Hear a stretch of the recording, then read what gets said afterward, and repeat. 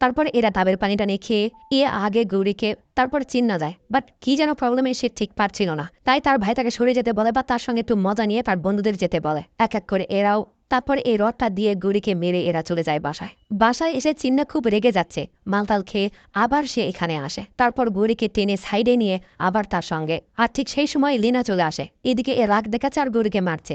গৌরী কিন্তু আগেই মরে গেছে, এরপরেও সে এই রডটা দিয়ে আবার যে তাকে মারতে যাবে, লিনা ভিতরে এসে পড়ে। লিনা কাছে এসে দেখে এই অবস্থা। লিনাকে দেখে চিন্না ভয় পেয়ে যায়। তারপর যখন চিন্না পালানোর চেষ্টা করে, লিনা তার টি শার্ট টেনে ধরার কারণে রক্তে পা পড়ে পিছলে পড়ে যায় টেবিলের ওপর, আর লিনা এই রডটা দিয়ে মারতে থাকে চিন্নাকে। কোনো কথা নেই, সমানে মেরেই যাচ্ছে। এসব শুনে অশোক ঝটকা খেয়ে যায়। ফ্রান্সিস অশোককে বলছে, লিনা আমায় কল করে আসতে বলে। আমি গিয়ে দেখি লিনার অবস্থা খারাপ, সে কাঁদছে। ভিতরে গিয়ে আমার হুঁশ উড়ে যায়। এটা আর কেউ নয়, মিনিস্টারের ছোট ছেলে চিন্না। যদি এসব খবর বাইরে যায় তাহলে লিনার লাইফ শেষ হয়ে যাবে, তাই আমি এসব খাবার আপ করি। প্রথমে গৌরীর হাতে, তারপর চিন্নার হাতে এক্স মার্ক করি, যাতে সবাই মনে করে এটা কোনো সিরিয়াল কিলারের কাজ। তারপর চিন্নার লাশ নিচে নামায়। তখন আমি লিনাকে বলেছিলাম সে যেন এসব তোমাকেও না বলে। লিনা খুব ভয় পেয়ে গেছিল, উপর থেকে তার গৌরীর এই অবস্থা।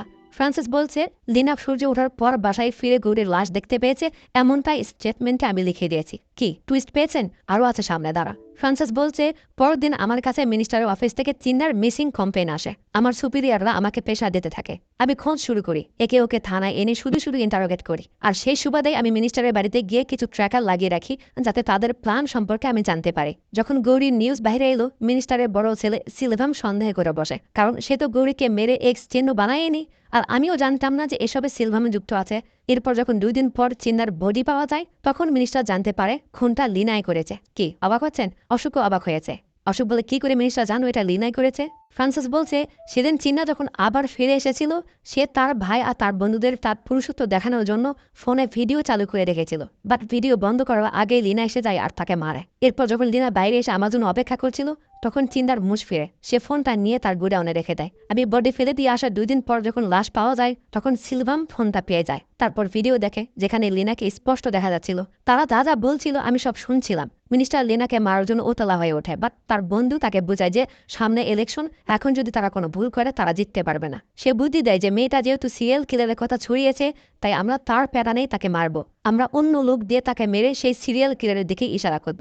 ফ্রান্সিস বলছে, তারা কাকে ভাড়া করেছে, সে কখন কি করবে, এসব কিছুই আমি জানতাম না। তাই যারা এসব কাজ করে তাদের ব্যাপারে আমি খোঁজ শুরু করে দিই, বাট কোনো তথ্য পাই না, কোনো ক্লু পাই না। এদিকে লিনা এসব থেকে বের হতে পারছিল না। আমি চাচ্ছিলাম সে যেন বাড়ি থেকে বের না হয়, বাট তুমি তাকে ঘুরতে নিয়ে যাও। আমি বিকালে বাসায় গিয়ে যখন শুনলাম তোমরা ঘুরতে এসেছো, আমি তোমাদের খুঁজতে বের হই। তারপর তোমার বাইক দেখি আর ভাগ্যক্রমে তোমাদের দেখা পাই।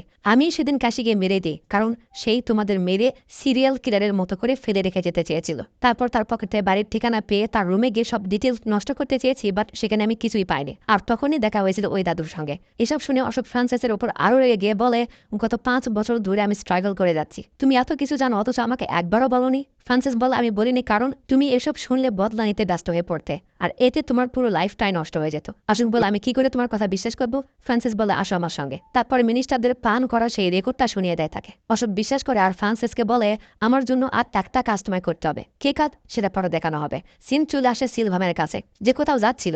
দেখে রাস্তার মাঝখানে একটা গাড়ি দাঁড় করানো। সেম অশোকের মতো ড্রাইভারও গাড়িটা সরাতে যায়। ফিরে এসে দেখে তার সার নেই, মানে সিলভাম নেই। কি হলো? আমরা দেখি অশোক তাকে ধরে নিয়ে যাচ্ছে। ওদিকে ড্রাইভার পুলিশকে সব বলে দিয়েছে যে সিলভাম গায়েব হয়ে গেছে। পুলিশ সেখানে এসে আশেপাশে লক্ষ্য করে। এদিকে অশোক আর সিলভামের মাঝে তো হাতাহাতি হবেই। যাক, অশোক সিলভামকে মেরে তার হাতে আবার সেই এক্স চিহ্নটা বানিয়ে দেয়। তারপর তার হাত বেঁধে রড দিয়ে তাকে মারতে যাবে। সিলভাম বলে, তোরা দুজন মিলে আমার ভাইকে মেরেছিস, তাই না? অশোক কথাটা কানে নেয় না, বলে, একটা মেয়ে তোর ভাইকে থাপ্পড় মেরেছে, তাই তোরা মেয়েটার সঙ্গে এসব করলি? তোদের বাঁচার কোনো অধিকার নেই। সিলভাম বলে, হ্যাঁ আমরা অপরাধী, তুই তো নির্দোষ, তাই না? আমার ভাইকে তোরা দুজন মিলে মেরেছিস। আমি বয়স শুনেছি। অশোক থেমে যায়, কি বলছিস তুই? বয়স শুনেছিস? কার বয়স? কাহিনীর আরো একটা টুইস্ট। সিলভাম বলে, সেই রাতে চিন্না আমাকে ফোন করেছিল। ও বলছিল ভাইয়া আমাকে বাঁচাও, বাট আমি ভেবেছিলাম ও মদ খেয়ে মাতলামি করছে, তাই ব্যাপারটা ইগনোর করি। বাট সেই সময় আমি স্পষ্ট একটা ভয়েস শুনতে পেয়েছি যে চিন্নাকে ভয় দেখাচ্ছিল। অশোক সে ব্যাপারে কিছু না বলেই মেরে দেয় একে। ওদিকে ফ্রান্সিস তথ্য নেওয়ার বাহানায় মিনিস্টারের সব কর্মচারীদের নিচে নামিয়ে সিলভামের ব্যাপারে জিজ্ঞেস করতে থাকে। আর সেই ফাঁকে অশোক মিনিস্টারের রুমে গিয়ে তাকেও মেরে দেয়। এরপর ফ্রান্সিসের গাড়ি করে এসে বেরিয়ে পড়ে। অশোক এই কাজটাই করতে বলেছিল ফ্রান্সিসকে, বুঝতে পেরেছেন? যাক, পরের দিন নিউজে ছড়িয়ে পড়ে যে মিনিস্টার মারা গেছে আর তার ছেলে সিলভামকে খুঁজে পাওয়া যাচ্ছে না। নিউজ দেখে ফ্রান্সিস বউকে নিয়ে কোথায় যেন যাওয়ার জন্য বেরিয়ে পড়ে। আমরা দেখি অশোক এখানে লুকিয়ে আছে। টুইস্ট কিন্তু আরো আছে, বি কেয়ারফুল। তো ফ্রান্সিস চলে গেলে অশোক চুরি করে বাসার ভিতরে ঢোকে। তারপর কম্পিউটার ওপেন করে পাসওয়ার্ড সেদিন দেখেছিল।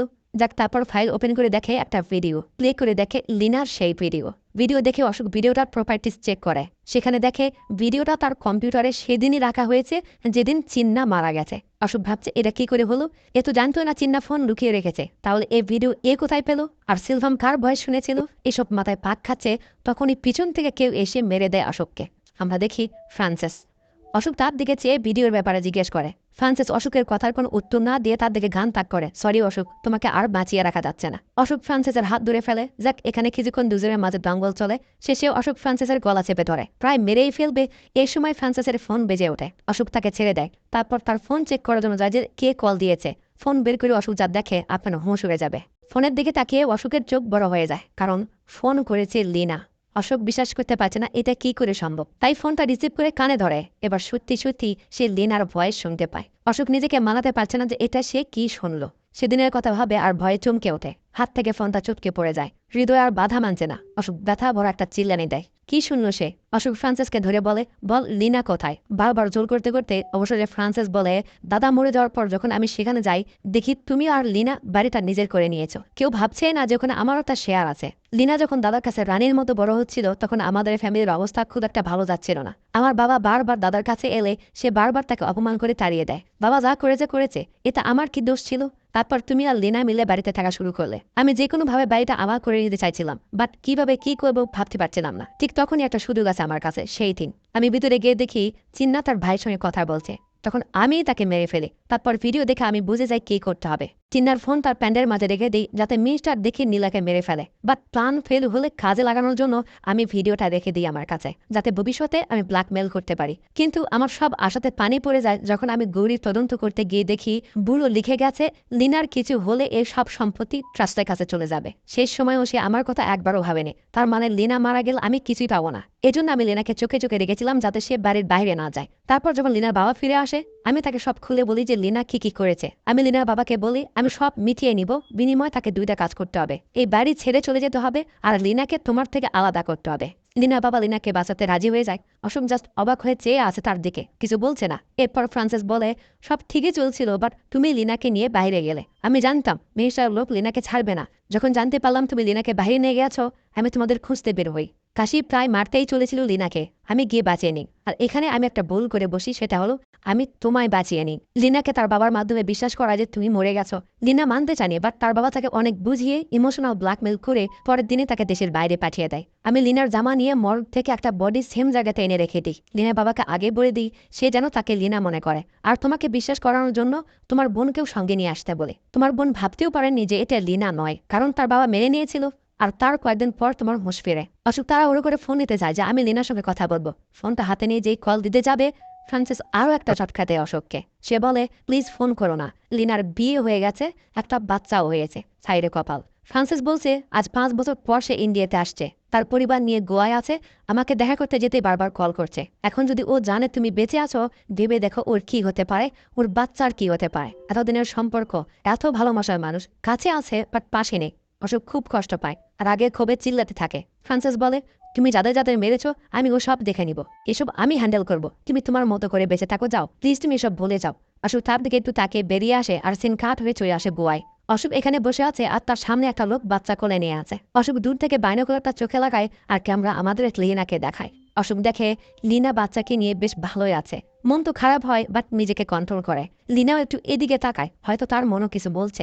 অশোক লিনাকে খুশি থাকা দেখে সেখান থেকে চলে যায়। লিনাও তার বাচ্চার কাছে ফিরে যায়। এদিকে মিডিয়া পুলিশকে ধরেছে 5 বছর আগের কি সিরিয়াল কিলার আবার ফিরে এসেছে। পুলিশ বলছে এসব কোনো সাইকোরিক কাজ, আমরা তাকে তাড়াতাড়ি ধরার চেষ্টা করছি। এদিকে অশোক এখনো লিনার ভাবনা ছাড়তে পারছে না। প্রীতি আজ চলে যাচ্ছে। শেষবারের মতো অশোককে বলে, এসব থেকে বেরিয়ে এসো, আমাকে না হলেও অন্য কাউকে বিয়ে করো। অশোক বলে, সব ছেড়ে দিয়েছি, আর কোনো রিভেঞ্জ নিব না, আমি সব ভুলে গেছি প্রীতি, এখন আমি শুরু করতে চাই নতুন কিছু তোমাকে সঙ্গে নিয়ে। অশোক প্রীতিকে জড়িয়ে ধরে আর সিন চলে আসে 1 মাস সামনে। ফ্রান্সিস জগিং করে গাড়ির কাছে এসে পানি খাচ্ছিল আর আমরা দেখি তার পিছনে কে একটা এসেছে। ফ্রান্সিস কিছু বোঝে ওঠার আগেই মুখোশ পরা লোকটা তাকে মেরে দেয়। ফ্রান্সিস পরে থাকে, সে চলে যায়। ক্যামেরা জুম আউট হলে আমরা দেখি এর হাতেও এমন এক্স মার্ক করা। এটা আর কেউ নয়, অশোক। সিনে অশোকের কাছে আসে, হাত ধুইতে ধুইতে অশোক লক্ষ্য করে সে মনে হচ্ছে রক্ত পরিষ্কার করছে। যতই ধুয়ে যায় রক্ত বের হতেই থাকে। অশোক ঘাবড়ে যায়, বাট একটু পর বুঝতে পারে এটা জাস্ট তার একটা ভ্রম ছিল। অশোক নিজের হাতের দিকে তাকায় আর একসময় কান্না করা শুরু করে, আর মুভিটা এখানেই শেষ হয়ে যায়। তো পুরো মুভিটাতে দুইটা ব্যাপার খুব সুন্দর করে বুঝিয়েছে।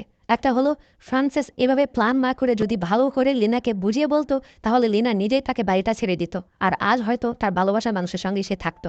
দ্বিতীয়ত, বদলা নেওয়া ছাড়াও কখনো অনেক কিছু ভালো হয়। ফ্রান্সিস যা করেছে, বাট সে অশোককে বাঁচিয়েছিল, সে লিনাকে ভালো রেখেছে।